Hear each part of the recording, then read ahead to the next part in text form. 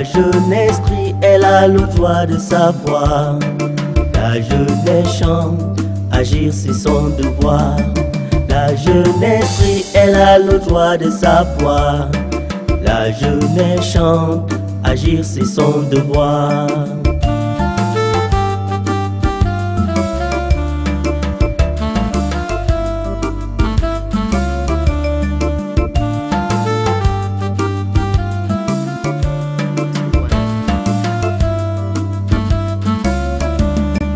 La jeunesse crie, oh, la jeunesse chante, agir c'est son devoir.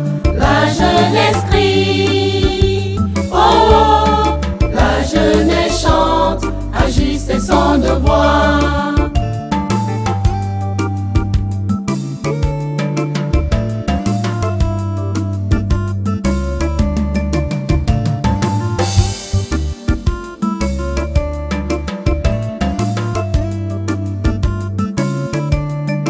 La jeunesse crie, elle a le droit de savoir. La jeunesse chante, agir c'est son devoir. La jeunesse crie, elle a le droit de savoir. La jeunesse chante, agir c'est son devoir.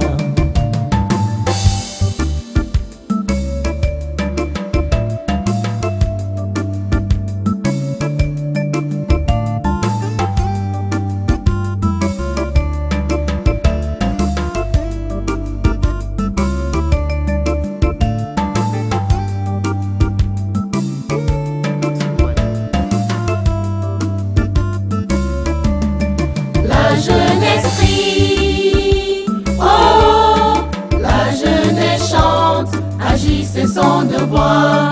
La jeunesse crie, oh, la jeunesse chante, agir c'est son devoir.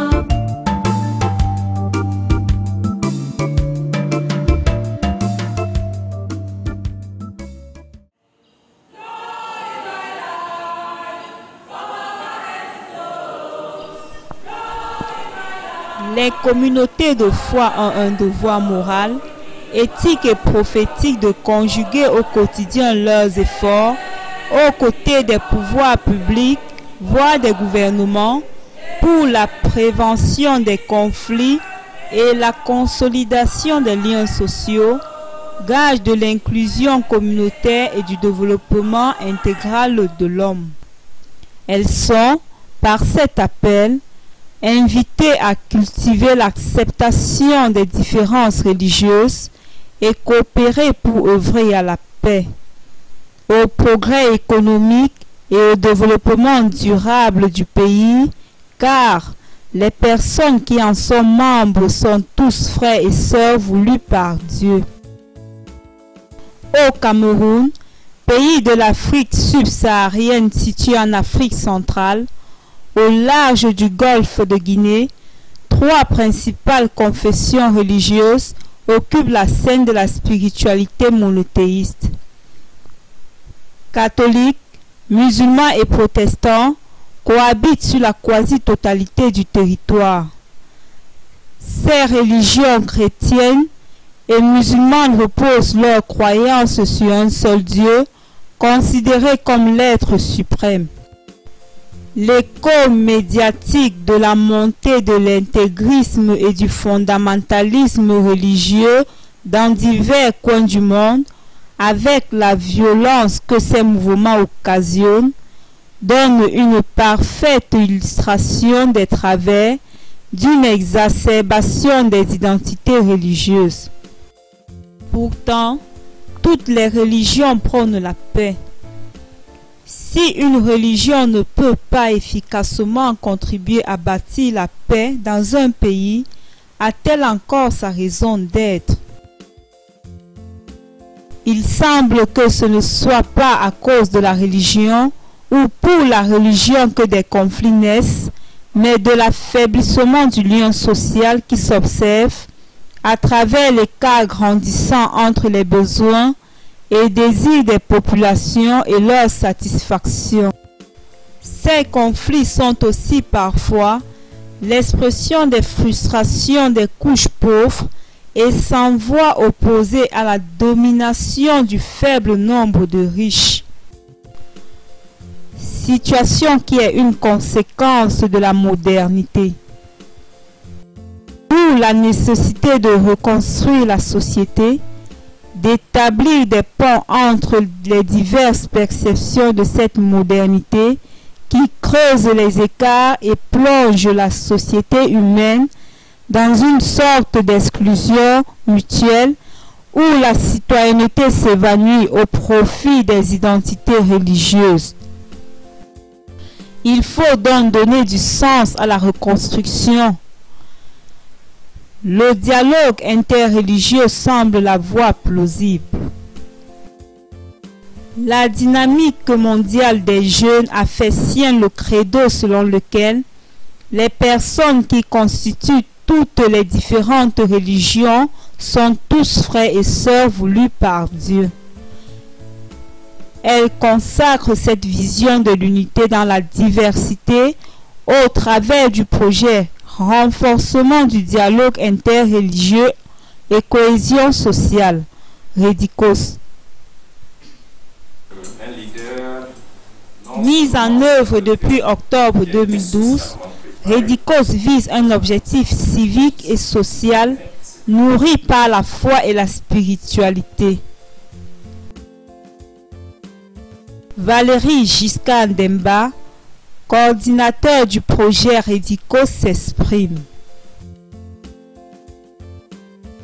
Nous ne pouvons pas ignorer que le Cameroun, qui partage plus de 1500 km de frontières terrestres avec le Nigeria, n'est pas à l'abri d'un brassage de populations qui peut, à court et à moyen terme, importer à l'intérieur du territoire national l'expression du radicalisme haineux du discours de la religion.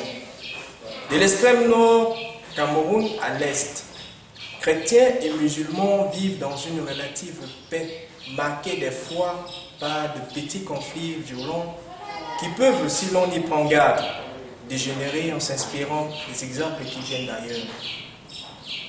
Nous avons pensé que le véritable problème à résoudre, lorsqu'on doit désormais identifier des groupes croyants, est de voir comment les instruments de référence de leur foi ou la base de leurs croyances peuvent contribuer à une rencontre et à une collaboration qui fasse avancer la paix parmi les hommes pour qu'ils puissent vivre justement, librement et paisiblement ensemble. L'objectif du projet Redikos est donc d'amener les croyants musulmans et chrétiens, protestants, catholiques, entendus, à être conscients des causes des conflits religieux et ses conséquences pour pouvoir plaider dans leurs chapelles et mosquées respectives en faveur d'une paix durable. Le projet Redikos concourt à ce que les chrétiens et les musulmans utilisent les méthodes de prévention et résolution des conflits pour promouvoir un environnement où les gens cohabitent de manière pacifique.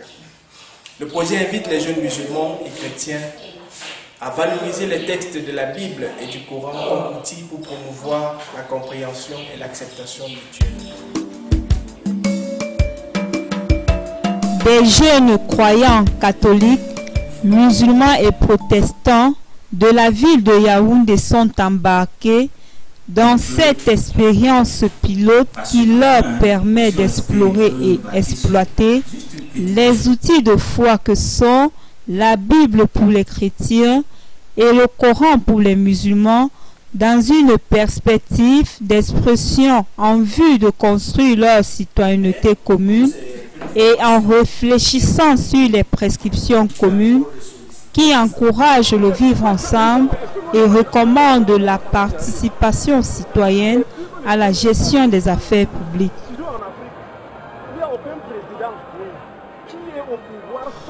Pour parvenir à ces objectifs, le projet Redikos s'attelle à amener les jeunes croyants à regarder, au-delà de la différence religieuse, comment construire ensemble un présent et un futur sur la base des similitudes contenues dans les Écritures révélées et de s'en inspirer pour moraliser au maximum la société.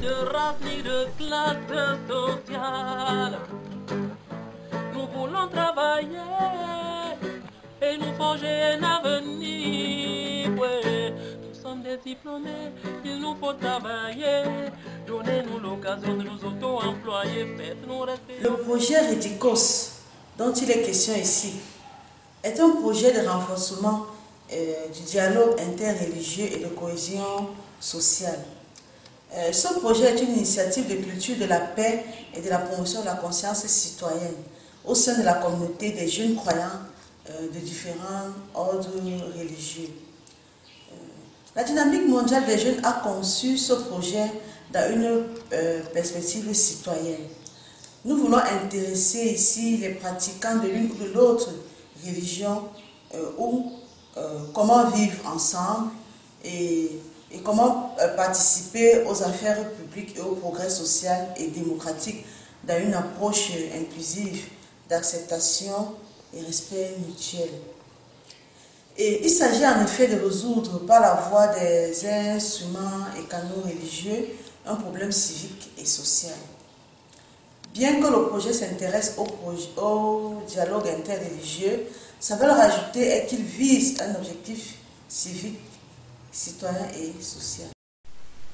Cette idée de projet a intéressé ICO et Kenki Aktie, organisme néerlandais d'obédience protestante. Ce partenaire apporte son soutien financier et technique à la réalisation des activités du projet Redicos.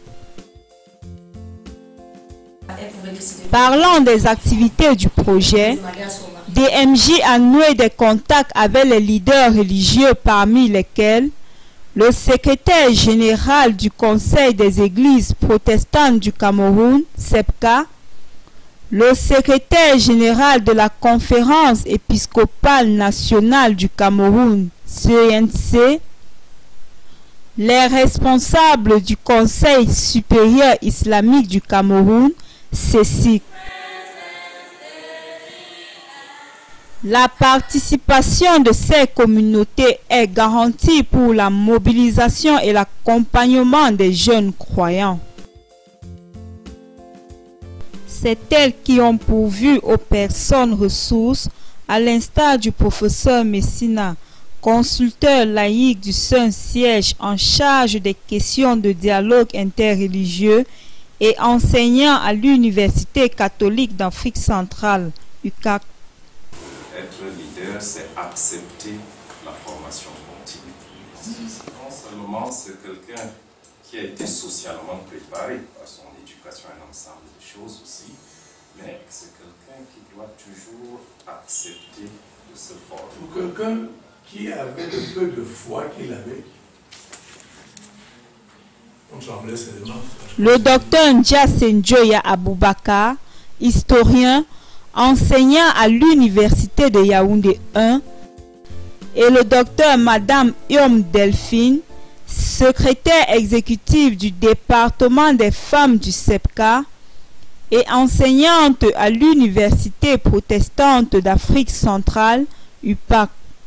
La stratégie globale déployée dans ce projet a consisté à réduire la propension au rejet et à la stigmatisation.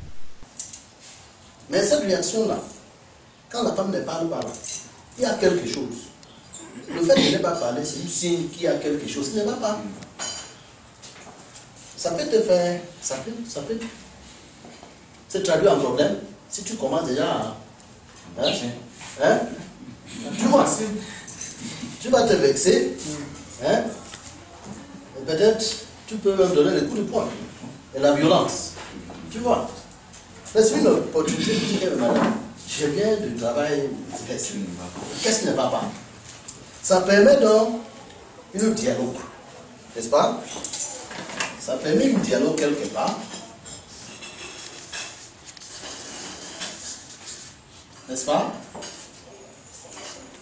Qui peut donc nous permettre de se comprendre, d'identifier là où le problème, le source du problème, et peut-être de redresser le problème, n'est-ce pas? C'est une compréhension de la situation qui nous amène peut-être en paix. N'est-ce pas? Mais c'est un choix. C'est un choix qu'on a fait. Donc pour qu'un conflit devienne problème ou opportunité, c'est un choix qui est délibéré, c'est un choix personnel. Je ne sais pas, je vous fais comprendre. Vous comprenez que ce tableau montre que les conflits religieux dans notre monde existent et persistent. Et il semble que de toutes les formes de conflits, le type religieux, il m'a semblé que quelqu'un va parler de ça tout à l'heure, le type religieux est le plus difficile à résoudre. Les conflits religieux sont les plus difficiles à résoudre. Parce que ce conflit touche à l'essence même de l'être. C'est l'esprit de l'homme qui est engagé avec son âme. Et donc, on est prêt au sacrifice. Le spirituel ici est facilement alimenté par le fanatisme et débouche aisément sur l'intolérance qui très souvent est porteuse de violence. Chacun qui est logique envers lui-même. Le grand défi, c'est construire un monde de justice. Parce que quand il y a la justice, chacun est en sécurité. D'où tous les grands débats sur les différents pouvoirs exécutifs, législatifs, judiciaires, où on est toujours gêné de voir que le pouvoir judiciaire semble loyauté, semble soumis aux ordres. Et là, les gens ne se sentent pas en sécurité. Et quand on n'est pas en sécurité, vous voyez, on se retrouve dans la situation où on a peur de l'autre, on n'a pas confiance aux règles qui sont fixées dans notre pays, dans un pays. Et donc, les institutions doivent être créées, des lois doivent être élaborées avec des modalités pratiques de régulation sociale des conflits. Il a fallu favoriser l'écoute et le respect mutuel pour tendre progressivement vers la compréhension mutuelle entre les jeunes. Le jour où nous avons eu à rassembler ici dans cette même enceinte tous les jeunes, 45 jeunes de toutes les religions, à savoir les jeunes musulmans, les jeunes catholiques, les jeunes protestants. Et cela leur a permis d'être en mesure de se connaître les uns les autres, connaître les religions des autres et pour pouvoir maintenant les approcher et pour pouvoir dialoguer avec eux sans que ce soit une source de conflits religieux. Et aujourd'hui, ensemble, on est en train de voir dans quelle mesure on peut cultiver la paix entre les membres de ces différentes religions, dans la société. Comment on peut, si le conflit est déjà là, comment faire pour résoudre ce conflit? Alors, c'est quelque chose de tellement important que quand on parviendra déjà à comprendre que un conflit n'est pas un problème, qu'un conflit peut peut-être être une opportunité, un avantage pour permettre de voir la racine, de creuser le problème et pouvoir maintenant le résoudre. On finira par faire tellement de choses, on ne fera pas mettre les gens en paix, on finira par mettre les gens dans une sorte de sérénité, hein, et les gens vivront dans l'harmonie. L'enseignement a été articulé sur 3 points. Le premier concernait la mise en place d'un cadre sécurisé pour le dialogue. Le deuxième avait trait essentiellement à l'écoute et à la possibilité pour chacun d'exprimer ses sentiments, ce qu'il y a derrière ses réactions, et ce qui peut générer les conflits. Et le troisième... Pour cela, les jeunes de chaque religion ont été amenés à mieux connaître leur religion d'abord, et ensuite à connaître les autres religions engagées dans le projet. Moi, en tant que musulman, je vois que c'est une initiative qu'il fallait au Cameroun, un cadre où les jeunes des obédiences diverses se rassemblent pour discuter de la chose religieuse, pas pour chercher à amener l'un ou l'autre dans son obédience, mais plutôt chercher à vivre ensemble dans la paix et dans l'harmonie. Cette étape a créé plus d'ouverture et de sérénité entre les jeunes, les amenant ainsi à réaliser des activités ensemble. À quelques réunions au niveau du réseau national des jeunes protestants du Cameroun. Mais sinon, les projections, c'est à venir. Il n'y a pas encore une action complète sur le terrain. Donc, je pense que au niveau de la radio, lui peut dire quelque chose, il passe souvent à la radio. C'est quand même son devoir de dire au moins ce qu'on fait ici. La jeunesse crie, oh, la jeunesse chante, agit, c'est son devoir. La jeunesse crie, oh, la jeunesse chante, agit, c'est son devoir. En parallèle aux ateliers de renforcement des capacités, des actions ont été menées par chaque groupe religieux. Pour les jeunes musulmans, la principale activité a consisté à présenter le projet à leurs dignitaires, aux autres membres musulmans durant le mois de mai 2013. Les jeunes catholiques ont saisi l'occasion des deuxièmes journées nationales de la jeunesse tenues du 4 au 7 juillet 2013 pour permettre aux jeunes de découvrir les réalisations de Redikos pendant le festival organisé à cet effet. Quant aux jeunes protestants, ils ont organisé une mission radiophonique à la Protestant Voice Radio au mois d'avril 2013. La première chose que nous voulons faire, c'est d'abord la sensibilisation des jeunes protestants, puisque nous sommes 11 dénominations. Et le moyen que nous voulons utiliser pour atteindre ces 11 personnes, c'était l'animation des émissions radiophoniques au niveau du CEPCA. Et je crois que après chaque formation, depuis que nous avons commencé, après chaque formation, mardi, il y a une émission qu'on consacre à la DMJ.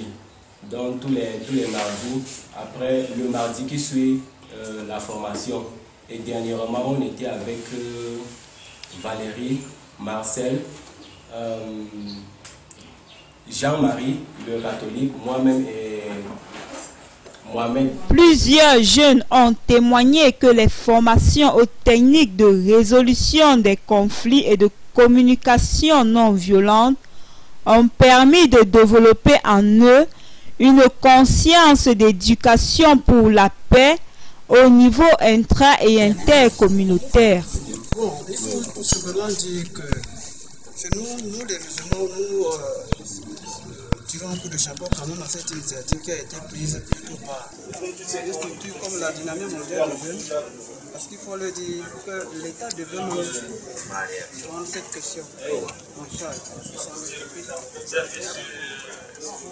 Puisque l'initiative qui est prise relève de l'intérêt même de la nation camerounaise. D'autant plus qu'on constate les conflits et les crises dans plusieurs pays au monde liés à la religion. Avec le développement de la tolérance et l'acceptation des différences, ces jeunes impliqués dans le projet pilote Redikos sont devenus des porte-flambeaux, voire des leaders dans la promotion du dialogue interreligieux et la cohésion sociale. Ils sont appelés à organiser ensemble un forum sur l'entente et le dialogue interreligieux. Cette activité dite forum se veut un cadre idoine pour exposer et valoriser les contenus communs au Coran et à la Bible et qui sont centrés sur le discours favorable à la cohabitation pacifique entre groupes religieux différents et la participation citoyenne de leurs membres au bien-être social. Un tel forum est surtout l'occasion de sensibiliser un plus large public sur la contribution des jeunes croyants à la réalisation de l'impératif du vivre, construit et produit ensemble dans les différences religieuses. La jeunesse camerounaise qui porte en avant le dialogue entre les religions met ainsi la foi au service de la construction nationale et de la citoyenneté active. Intégrité, égalité, justice, non-violence, transfert de compétences, de pouvoir, oulala, oulala, oulala.